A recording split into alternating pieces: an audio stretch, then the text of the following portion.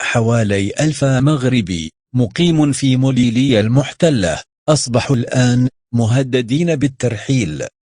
التفاصيل.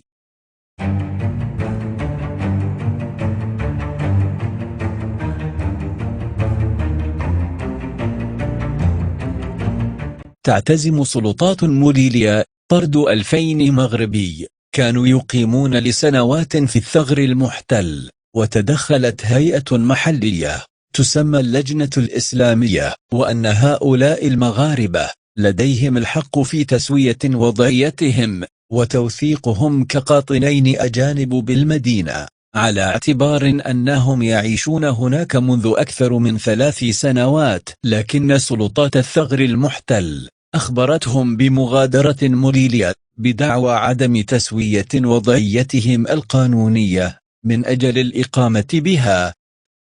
وقال عبد الوهاب محمد معينان المتحدث باسم اللجنة الإسلامية إن هناك 2000 مغربي يرتبط أزيد من 1000 شخص منهم بروابط زواج وخطوبة، في حين يرتبط 400 آخرون بعقود عمل منتهية الصلاحية، بالإضافة إلى 200 طفل مسجل في المدرسة دون أوراق رسمية.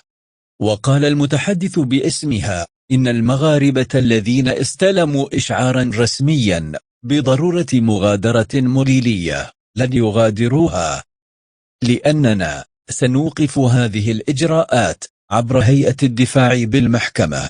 كان موجز إخبارنا اليوم. شكرا على المتابعة. المرجو الاشتراك في القناة وتفعيل زر الجرس ليصلكم كل جديد، والسلام عليكم.